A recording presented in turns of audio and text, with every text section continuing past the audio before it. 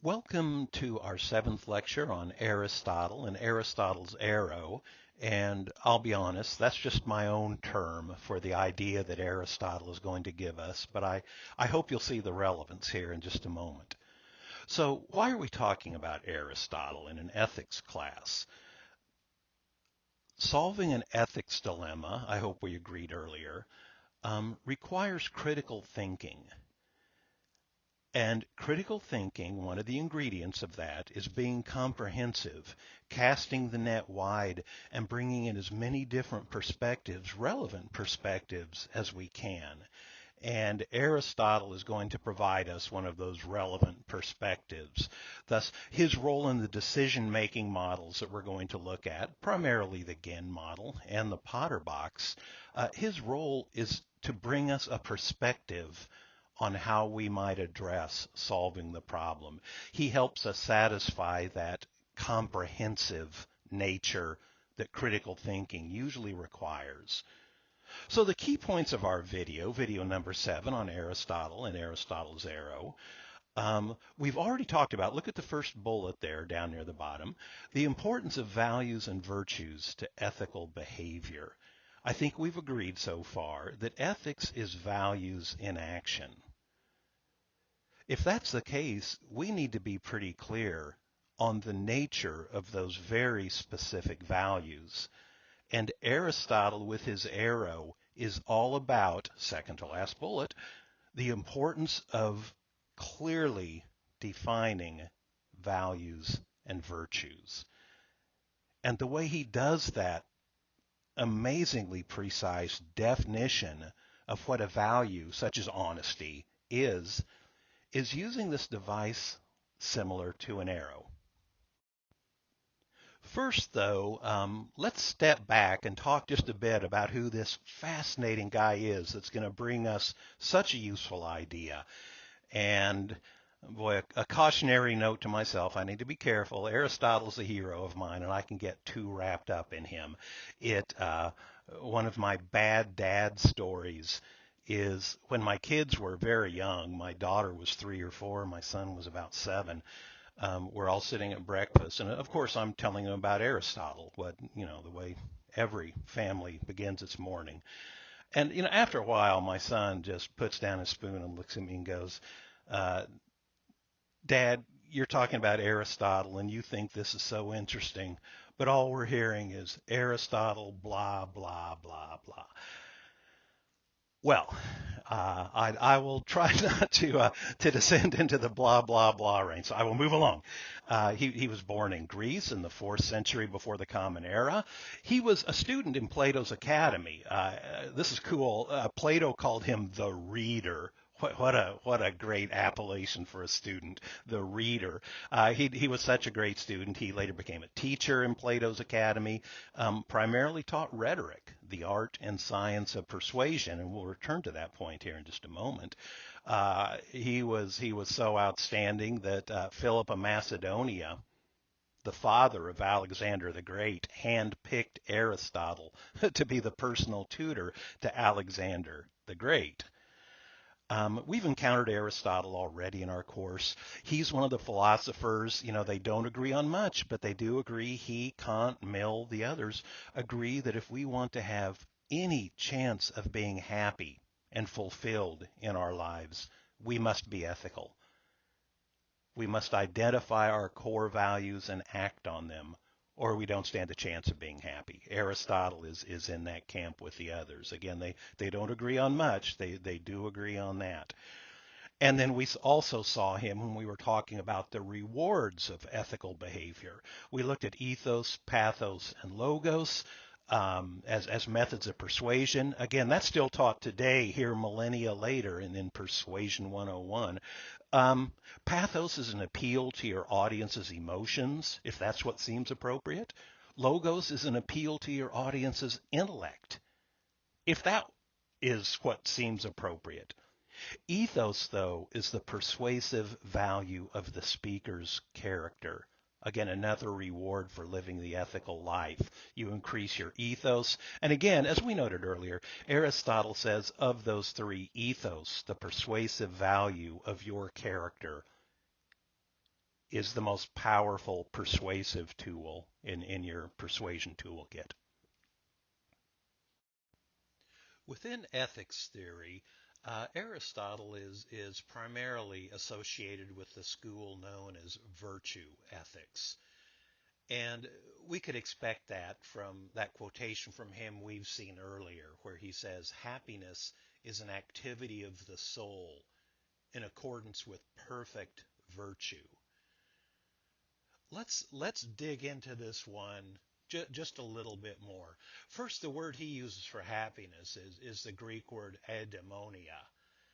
And we translate it into English as happiness. It's a bigger word than that. It means total fulfillment, being all that you can be, firing on all cylinders, living precisely the life that you want to live to your full capacities. So it's a big idea in Greek history and philosophy. He's not casually tossing that term around. And so let's find out that's our goal in life, he says. So let's find out what the heck it is. It is an activity of the soul. Well, he uses the word psyche. And that's a common term to us. We tend to use it to mean the mind or the soul. To the Greeks, it meant breath. It was their word for breath, which meant everything that you are, mind, spirit, and body, is all dependent on that concept. So what Aristotle is saying here is total fulfillment is an activity of everything that you are seeking perfect virtue. Now, we tend to use the word value instead of virtue. We're going to use those terms interchangeably. So I hope this is a familiar concept. If we are going to implement this, if we're going to devote everything we are, because we want to be happy, if we're going to devote everything we are to the pursuit of perfect virtue, now we're really creeping up on the big idea with Aristotle. We need to understand what perfect virtue is, value by value, virtue by virtue. What exactly is each one of those things? Precise definitions, because our happiness depends on it. Big idea. And that's what Aristotle is all about. Let's define those. And that's what his arrow is for. We'll get there in just a moment. He also says, and this is a key idea with Aristotle, that virtue is built by habit. That by acting on these things, we perfect them. Whatever your core values are, by acting on them, you perfect them. They become more and more a part of your life, and you're increasing your chances of that rich, happy, fulfilled life, both personally and professionally. So it's another reason why defining what each value is to us precisely becomes very important. And Aristotle's going to take us there. Okay, here's the big idea from Aristotle. And this will become easier in future slides because it's pretty easy to diagram, thank goodness. And when you're leading your team through an ethics dilemma, you can diagram this on the board. And again, I'm showing how shallow I am. You're going to look pretty smart doing it because this is a pretty cool thing. Aristotle, again, is all about defining what a particular virtue or value is, because the stakes are high. We have to understand it so we can act on it, and that leads us to fulfillment, to happiness. Aristotle says, our second bullet here, virtue is a point, a value is a point. The precise virtue or value is a point between the extremes of excess and deficiency, between the extremes of too much and too little. He says too little of something is unethical, too much is unethical. It's a point between always and never. Never doing it may be unethical. Always doing it may be unethical. So where is that point between the extremes of excess and deficiency? As we'll get to in just a moment, this can be a hugely liberating idea. You may be thinking, well, I can never tell a lie. I can never tell a lie. Well, Aristotle would say, well, begin by thinking, doesn't that sound kind of excessive? You can never tell a lie? Never? We'll get there. This midpoint, although it's certainly not the halfway point, is often called the golden mean. And that's a lot more common a term than Aristotle's arrow. But Aristotle didn't come up with either term. He didn't coin the phrase the golden mean. I keep trying to find out who did, but that term does not come from Aristotle. This next bullet, the diagrams will help with this. Virtue itself has no excess or deficiency. Wait a minute, I thought he just said it did. No, we use that concept of excess and deficiency to define the virtue. And once we define the virtue, now it's a 100% thing. There's no more too much, too little. We just use that excess deficiency, too much, too little, as a method of defining the virtue. And once we've defined it, no more excess, no more deficiency. This can become an important point because people are going to say when you're leading them through, they're going to know a little bit about Aristotle maybe, and they're going to say, well, Aristotle says we don't always have to do that. And you're going to say, it depends on where we are with Aristotle. If we have defined the virtue, then we do always have to do it. He just uses excess and deficiency to define the virtue. Again, this will become more clear in just a moment, I promise, and it's Aristotle's arrow that I think is going to take us to that clarity. Here, finally, is what I call Aristotle's arrow, the promise diagram. I don't know if Aristotle actually sketched it out like this or not, but this visual understanding of what he's talking about does come exactly from his great work on ethics called the Nicomachean Ethics. Aristotle says that with actions, emotions, and values, virtues, that the best vision and version of each is somewhere between deficiency and excess, between not enough and too much, between never and always. And so we need to, on this spectrum, on this double-sided arrow, we need to find the sweet spot of, is it closer to one or the other? Where is the sweet spot for whatever it is that we're talking about? Here is some hugely useful advice and insight from Aristotle. When you are doing this for yourself or when you're leading your team through an ethics dilemma and you're trying to define the core values because you need to act on them as much as possible, Aristotle says, and here's the hugely useful advice, the sweet spot is almost always closer to one extreme than the other. The sweet spot, our red X there, is usually closer to one extreme than the other. One extreme is better than the other. And so just for an example, let's look at the value, Aristotle would call it the virtue, of honesty. And you'll just rely on your own common sense here and the common sense of your team, but you'll say to your team, which is better, never being honest or always being honest? Not enough honesty, too much honesty. Which extreme is better? You know, both of them are extremes, Aristotle says, and should be avoided, but which one is better? So we mark the sweet spot pretty close to the favorable extreme. And if we're looking at honesty, I think we probably would agree that always being honest is better than never being honest. So we're going to mark our sweet spot right there, close to the extreme of excess. We're going to develop that idea of honesty in just a moment. But first, remember that Aristotle says that this concept works for actions, emotions, and virtues, values. So let's be really precise about something that I've encountered in my management career. Maybe some of you have. Some of you may be headed to something like this. The action of firing someone who doesn't deserve to be fired. Let's say you've been ordered to clean house and get rid of a particular employee, and she doesn't deserve it. So if we stand back and want to define the action here, firing someone who doesn't deserve to be fired, and we want to understand that action, well, which extreme is it closer to? Always firing people who don't deserve to be fired, or never firing people who don't deserve to be fired? I bet, again, common sense will lead us to never is better.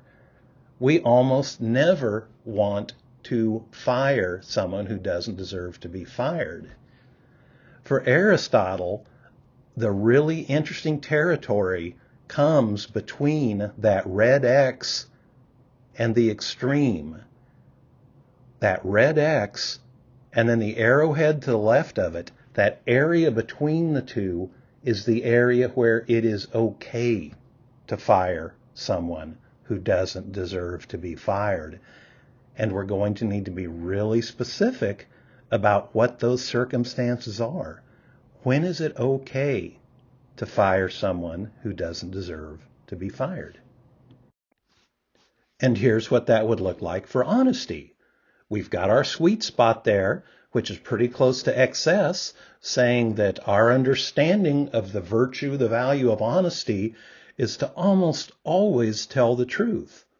We just have our Aristotle hats on for a moment, so we're not going to go all the way to always tell the truth, but pretty close to always tell the truth, because that's the better extreme.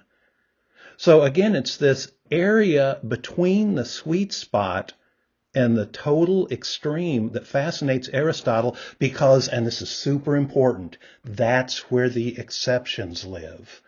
When is it okay not to be honest? When is it okay not to tell the truth? When you're defining this value, you alone or in your team, you're going to be very specific about that because it's essential to your understanding of the value. So maybe it's going to be something like, we will always tell the truth unless telling the truth causes catastrophic damage that isn't necessary. Something like that. Or we will always tell the truth unless telling the truth is going to hurt someone who doesn't deserve to be hurt and doesn't need to be hurt by something like this. In that case, we won't tell the truth. I hope you see how that works, because that leads us up to now what our understanding of honesty is. Look at that last bullet point. When exactly is it okay not to be honest? That's fundamental to our understanding of that virtue. And we're going to end up with something like, honesty means always telling the truth, except in these very specific circumstances. So let's imagine that you and your team are in a terrible ethics dilemma. And honesty is one of the values that's getting banged around in this gut-wrenching discussion. Stand back, put on your Aristotle hats, define honesty, including the exceptions, and now you say, are we in this ethics dilemma, are we in one of those exceptions? If we are, then we don't have to be honest here. If we're not in one of those exceptions, then we have to tell the truth. I hope you're getting an understanding or even just a glimmer of how liberating this can be. You'll be in an ethics dilemma, and someone who hasn't applied Aristotle will say, we can't tell a lie. No matter what, we can't tell a lie. And you'll say, maybe you're right. But let's put our Aristotle hats on here for just a moment, and just thinking like Aristotle, let's see if that's accurate. Is this a situation where we can tell a lie, or a situation where we shouldn't? And Aristotle can take us to an understanding of that in case we want to use it. In that previous slide, I shouldn't have said we don't have to be honest in these circumstances, in the exceptions, because the exceptions are part of our understanding of honesty. Not telling the truth in some circumstances can still be part of our best and most ethical definition of honesty. I know that sounds kind of weird, but here we are. Look what happens. We have used the spectrum. We've used Aristotle's arrow to get to this thing I've framed in green here, which is our definition of honesty. It's the sweet spot. We will almost always tell the truth, but we will not go all the way to the extreme. Our definition of honesty is we will almost always tell the truth, but in these certain circumstances we will not. And all of that is our definition of honesty. And now you can see our spectrum fading away there on the left. We just used Aristotle's arrow to get us to this point. We will always do this except in these exceptions. And now Aristotle's arrow has done its job, and you can see it over there on the left with my amazing graphics. It's fading away. This now becomes a 100% of the time definition. There's no more arrow of excess and deficiency. And this becomes an important point because a lot of people understand Aristotle halfway. And they'll say, okay, well, we've kind of defined what we mean by honesty, but Aristotle says, extremes are unethical, so we don't always have to do this. Aristotle says extremes are unethical when he is trying to get to that definition. Once you've defined it carefully, it's a 100% thing. Again, our third bullet here, we used excess and deficiency only to define the value, and now they're fading away.